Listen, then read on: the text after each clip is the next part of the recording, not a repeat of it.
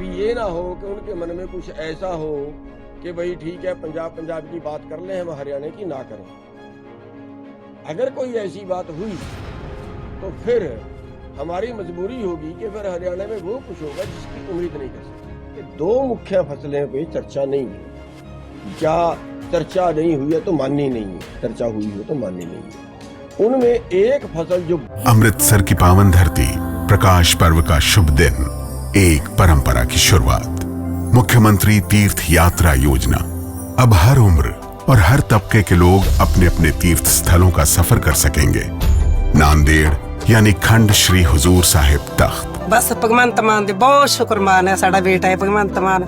मुख्यमंत्री मान ने इन हजारों बूढ़े माँ बाप के लिए एक बेटे का फर्ज निभाया है। बहुत अहम है, वो है ऑयल सीड। ऑयल सीड पे कोई चर्चा नहीं हुई है और ऑयल सीड बहुत भारी मात्रा में पैदा होता है, हरियाणा में भी, पंजाब में भी, बाकी पूरे देश में भी होता है। गेहूं का उत्पादन फालतू है और सरसों का उत्पादन कम हो गया। और एक टाइम वो था जब अच्छा रेट हमें मिलता था तो हम अपने देश की खपत का 97% खाद्य तेल खुद पैदा करते थे, और सरसों, तूरिया, जितने भी ऑयल। और दूसरा, बाजरे में कोई जिक्र नहीं हुआ। आज जो आंदोलन देश में चल रहा है, इसमें जो बातचीत हुई है, कल जो बातचीत हुई है जिसपे सारे देश की आंखें थी कि शायद कोई हल निकलेगा, उसमें उन्होंने 5 फसलों पे आश्वासन दिया है कि हम इनको एजेंसियों से जो है वो खरीद करवाने की बात कर सकते हैं। हमारा उसमें कहना ये है कि दो मुख्य फसलें पे चर्चा नहीं हुई। क्या चर्चा नहीं हुई है तो माननी नहीं है, चर्चा हुई हो तो माननी नहीं है। उनमें एक फसल जो बहुत अहम है वो है ऑयल सीड। ऑयल सीड पे कोई चर्चा नहीं हुई है और ऑयल सीड बहुत भारी मात्रा में पैदा होता है, हरियाणा में भी, पंजाब में भी, बाकी पूरे देश में भी होता है। और ऑयल सीड की वजह से खाने वाले जो तेल हैं वो बाहर से बहुत बड़ी मात्रा में निर्यात होते हैं। मानिए करीब 1 लाख करोड़ का तो हर साल हो ही जाता है, जो अपने देश का पैसा दूसरे देश में जा रहा है। और दूसरा उसका नुकसान ये हुआ कि जो गेहूं का एरिया था वो बदल के सरसों के नीचे चला, वो जो सरसों का एरिया था वो बदल के गेहूं के नीचे चला गया। गेहूं का उत्पादन फालतू है और सरसों का उत्पादन कम हो गया है। और एक टाइम वो था जब अच्छा रेट हमें मिलता था तो हम अपने देश की खपत का 97% खाद्य तेल खुद पैदा करते थे, जो आज करीब 50% पे आ गया है और बाहर से फिर हमें मंगाना पड़ रहा है। और ये जो है ये इसमें लिया जाना चाहिए, इसके बिना कोई फैसले का कोई मतलब नहीं रहता। ये भी उसमें शामिल होना चाहिए। सूरजमुखी, सरसों, तोड़िया, जितने भी ऑयल सीड है। और दूसरा, बाजरे पे कोई जिक्र नहीं हुआ। बाजरा बहुत भारी मात्रा में यहाँ पे होता है, बाजरे का कोई जिक्र नहीं किया। और अभी तक ये भी क्लियर नहीं किया कि ये जो है ये कितने एरिए का लेंगे। कभी ये ना हो कि उनके मन में कुछ ऐसा हो कि भाई ठीक है पंजाब की बात कर लें, हम हरियाणा की ना करें। अगर कोई ऐसी बात हुई तो फिर हमारी मजबूरी होगी कि फिर हरियाणा में वो कुछ होगा जिसकी उम्मीद नहीं कर सकते। फिर आप ये ना समझे कि बैरिकेड लगा के रोक लेंगे, किसी तरह से रोक लेंगे, फिर तो इनके पास हमें गोलियां मारने का चारा ही बाकी बचेगा। फिर हमें इस तरीके से लड़ना पड़ेगा, इस तरीके से आंदोलन करना पड़ेगा कि फिर जो है इनके बैरिकेड कोई काम करने वाले नहीं है। तो ये ज्यादा मैटर है कि जो भी 21 तारीख तक का टाइम है, जो भी सरकार ने कहना है वो ये सोच लें, ये समझ लें कि ये दोनों चीजें भी बहुत अहम हैं। और ये भी जैसे इन्होंने दालें बोल दिया है, जैसे इन्होंने मक्का बोल दिया है, और जैसे इन्होंने जो है कपास बोल दिया है, तो ये चीज भी उसमें दोनों फसलें ये शामिल करनी चाहिए। और अगर शामिल नहीं करते हैं तो फिर हमें दोबारा इसके बारे में सोचना पड़ेगा, क्योंकि ये हमारी अहम फसलें हैं जो हमारी नहीं बिकती हैं। आज आप देखिए, आज बाजार में सरसों आ रही है और आज सरसों का रेट है 4,000 रुपये, 4,200 रुपये। MSP से 2,000 रुपये कम बिक रही है। 10 क्विंटल अगर एकड़ से निकली तो 20,000 का नुकसान हमें हो गया। तो ये बहुत अहम मुद्दा है और जिसपे जो है सरकार नहीं जा रही है। और इसके आगे जो है जो हमने कल फैसला लिया है, अगर सरकार 21 तारीख तक नहीं मानती है तो फिर हरियाणा भी जो है वो इस आंदोलन में पूरी तरह से भाग लेगा, पूरी तरह से इसमें हम शामिल होंगे। तो जो संगठन जो है वहाँ बैठे हुए हैं, शांति बनाए हुए हैं, किसान नेट बंद किया हुआ प्रशासन ने, क्या कहेंगे? हाँ, दूसरा ये है कि जैसे नेट बंद किया हुआ, आजकल नेट पे कारोबार है और कारोबार यहाँ तक का है कि अब हमने जेब में पैसे रखने बंद कर दिए। हम लोगों ने, जो पढ़े लिखे लोग हैं, वो पेमेंट भी नेट से उससे करते हैं। और यहाँ तक हो रहा है कि जो बाहर के ट्रक हैं दूसरे स्टेटों के आए हुए, और बहुत से कई 100 ट्रक एक जगह पे खड़ा है, उन बेचारे में पैसे मुक गए हैं, खत्म हो गया, नेट चल नहीं रहा, वो मंगा भी नहीं सकते, वो पेमेंट भी नहीं किसी तरह से कर सकते। पूरा कारोबार नेट पे है, पढ़ाई नेट पे है। और मतलब ये नेट जो है वो तुरंत चालू कर देना चाहिए। नेट बंद करने से आंदोलन बंद नहीं होते। तो आपकी शंका जैसे वो जो किसान वो ये है कि हरियाणा के मुख्यमंत्री ने एक बयान दिया है कि हम 14 फसलों पे MSP दे रहे हैं, जो सफेद झूठ है।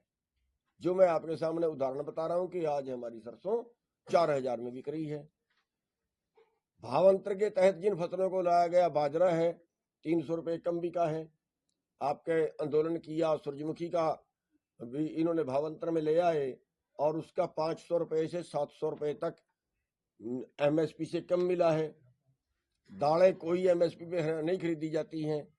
तो ये जो मुख्यमंत्री जी कह रहे हैं, गुमराह करने वाला बयान दे रहे हैं कि हरियाणा के अंदर हम 14 फसलें खरीद रहे हैं, तो हम जो है इसके लिए चिट्ठी भी सरकार को लिख रहे हैं, सरकार से जवाब भी मांग रहे हैं कि सरकार बताए कि कौन कौन सी फसल वो MSP पे खरीद रहे हैं। जिन 23 फसलों का MSP तय होता है उनमें से वो 14 खरीद रहे हैं, ऐसा उनका बयान था। कौन सी 14 खरीद रहे हैं, वो कितने प्रतिशत खरीद रहे हैं, मतलब जैसे बाजरा है वो कभी 25%, कभी 35%, यही हाल सरसों का है, यही हाल बाकी चीजों का है। उस पे कट लगा देते हैं, इस पे पोर्टल लागू कर दिया, इस पे अब आपका पोर्टल डबल चढ़ गया, अब आपका पोर्टल गलत हो गया, वो इस तरह से वो कर रहे हैं। मतलब उनमें भी कट लगा के वो खरीद रहे हैं और भाव अंतर के तहत उसकी भरपाई नहीं हो रही है। तो जो वो फसलें हैं वो सारी MSP के अंदर की जाए। अगर 21 तारीख को बात मुखी वाला उसका जो मुकदमा दर्ज था वो भी अभी तक वापस नहीं लिया फैसला करने। जो संगठन वहाँ बैठे हैं, बात कर रहे हैं सरकार से, उनके साथ पंजाब के मुख्यमंत्री बैठते हैं, तो आपको शक है, शंका है कि हरियाणा को उसमें शामिल ना किया जाए जो सरकार के साथ उनकी बातचीत? देखिए, अभी तक ना तो ये बात आई है कि वो शामिल कर रहे हैं, ना ये बात आई है कि ना शामिल कर रहे हैं।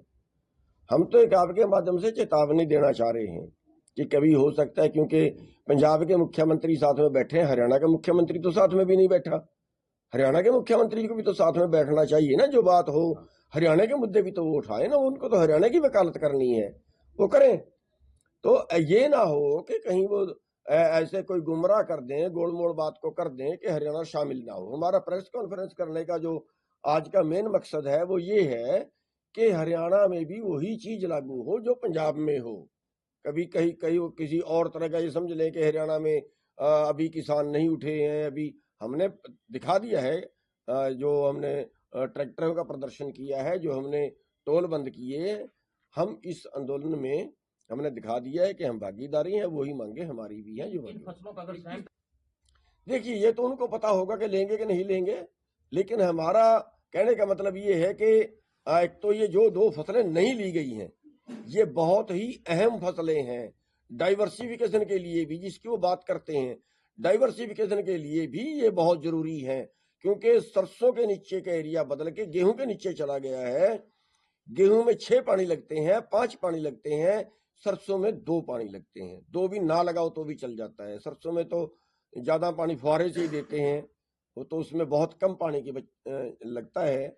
डाइवर्सिफिकेशन होगा और उसमें सरकार को आसान भी होगा और दूसरा ये चीज है कि अगर ये आयात करना बंद कर दें, खाद्य तेलों का आयात बंद कर दें। आप देखो 2 साल पहले सरसों का 6500 से 7000 के बीच बिकी है, एमएसपी से 1000 रुपए ज्यादा, और आज एमएसपी से 2000 रुपए कम, इसलिए कि अब उन्होंने बाहर से मंगा लिया खाने वाला तेल। उतना ही बाहर से आयात करना चाहिए जिसकी जरूरत हो, जो देश में कम हो। देश के उत्पाद को सस्ता करने के लिए बाहर से नहीं मंगाना चाहिए। देश में कमी अगर हो, अगर देश में वो चीज पैदा ना होती हो, तब बाहर से मंगाना चाहिए। ये नीति सरकार को बदलने की जरूरत है। आपका 21 को क्या स्टैंड? देखिए, अगर 21 तक बात नहीं बनती है तो हमने जो कल कमेटी जो हमने बनाई, जो हमने कल मीटिंग की थी और उसमें बहुत से संगठन शामिल हुए हैं, उन सब से हम राय करके उनके अगले की घोषणा उसके हम करेंगे। प्रधान जी, जो देखिए, उसके लिए भी राय करेंगे, लेकिन फिलहाल तो हम उस सरकार की नॉलेज में जानना चाहते हैं कि सरसों तो बहुत बड़ी फसल है ना, सरसों ही शामिल नहीं की। दालें कितनी होती हैं यहाँ पे? दालें तो यहाँ पे बहुत कम है, फॉर्मेलिटी है, दालें तो बहुत कम है। और दूसरा जो उन्होंने कहा है उसका कपास का क्षेत्र भी चलो है, ठीक है, लेकिन पंजाब में तो बहुत कम है। लेकिन दालें तो यहाँ है ही नहीं, उत्पादन बहुत कम है दालों का। तो जो मुख्य फसल है वो जो है वो सरसों, तोड़िया या सूरजमुखी जो ऑयल सीड है, ये बड़ी मुख्य फसल है जिसको छोड़ दिया गया उसमें। धान और गेहूं, जी, धान और गेहूं की बात करें तो वीट की नहीं, धान और गेहूं तो वो ये कह रहे हैं कि हम खरीद रहे हैं, धान और गेहूं हम खरीद रहे हैं। उनका ये कहना है कि इनके लिए एमएसपी वे सारी फसल खरीद देंगे, ये तो पहले से ही खरीद रहे हैं, ये उनका कहना है। जो नहीं बिक रही है एमएसपी पे वो दालें हैं, वो ऑयल सीड है, वो कपास है, बाजरा है, ये फसलें नहीं बिक रही है, जिनकी वजह से भारत के किसानों को हर साल करीब करीब 4 लाख करोड़ का नुकसान होता है। जो सरकार एमएसपी पे नहीं खरीद रही है, केवल उसकी वजह से 4 लाख करोड़ का पर साल नुकसान होता है। एक रिपोर्ट आई थी पहले 2000 से लेके 2015 के बीच 45 लाख करोड़ रुपया किसानों को एमएसपी से कम मिला। अभिमन्यु कोहाड़ को गिरफ्तार नहीं किया, सुरेश कौथ को और रवि आजाद को, उनको भी शायद रात छोड़ दिया गया, जो मेरे पास 10 बजे छोड़ दिया। हाँ, रात छोड़ दिया गया है, जहां तक मेरे पास अभिमन्यु कुमार का वो किया गया है, बिल्कुल गलत है और उन पे 307 के मुकदमे लगाए हैं। ये बिल्कुल क्रूरता है और आपके माध्यम से हम सरकार से कहना चाहते हैं कि उनको छोड़ दें, उनके वो मुकदमे वापिस लें। ऐसे अनर्थ बिल्कुल नहीं चलेगा, बिल्कुल गलत है। हमसे जुड़े रहने के लिए हमारे YouTube चैनल को सब्सक्राइब करें और नई वीडियो की नोटिफिकेशन के लिए बेल आइकॉन को दबाएं। अगर आप ये वीडियो Facebook पर देख रहे हैं तो लाइक जरूर करें और ज्यादा से ज्यादा शेयर करें। धन्यवाद।